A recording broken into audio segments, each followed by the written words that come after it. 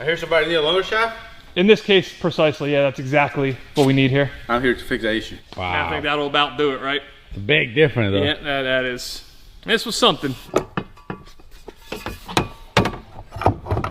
Yep. Yeah, that checks out. When you order the right drive shaft, it does fit. As I was saying, what, 24 hours and about $1,200 ago, I figured this would be the perfect time to take care of all the other weak links in this thing. That way when we actually start making some power here, we're not doing that whole drivetrain destruction speed run like we did in the OG Demon. Look at that.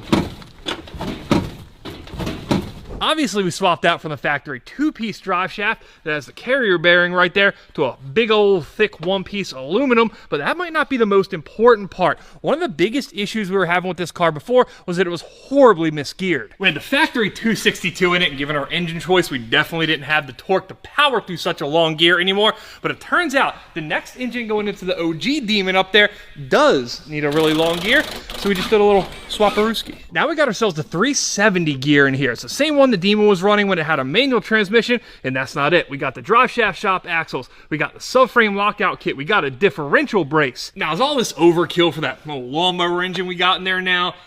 Yeah, probably. But if we can completely rule out all that drivetrain destruction we've experienced on the other Hellcats we built, I'm for it. Overkill or not. Now, one other small change we're gonna make while we have this thing apart is we're gonna switch from the factory Honda coil packs to a set of these IGN 1As with this kit by Kyle from Boosted Boys. Last go around, we found out we had these really janky aftermarket coil packs that just started failing one by one on the dyno. I ended up borrowing a set of factory Honda coil packs, and that got us squared away temporarily. Now, could we get away with factory Honda coils? Yeah, probably. They're good up to like 1,000 horsepower, but if we have to buy those anyway, why not spend a little more and get these, right? It's an upgrade. So in order to make these new coils work with our system here, we had to switch around a little bit of wiring. Our factory coils had a signal, a power, and 1 ground.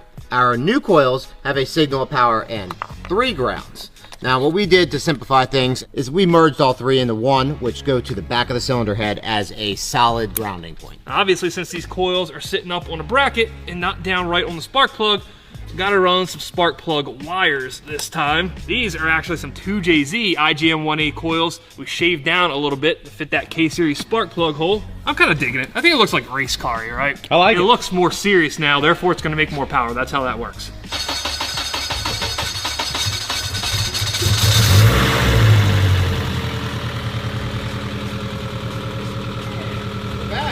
Right back to life. It's been a minute too. Like it never left. We'll do a little transmission test. Make sure it actually works.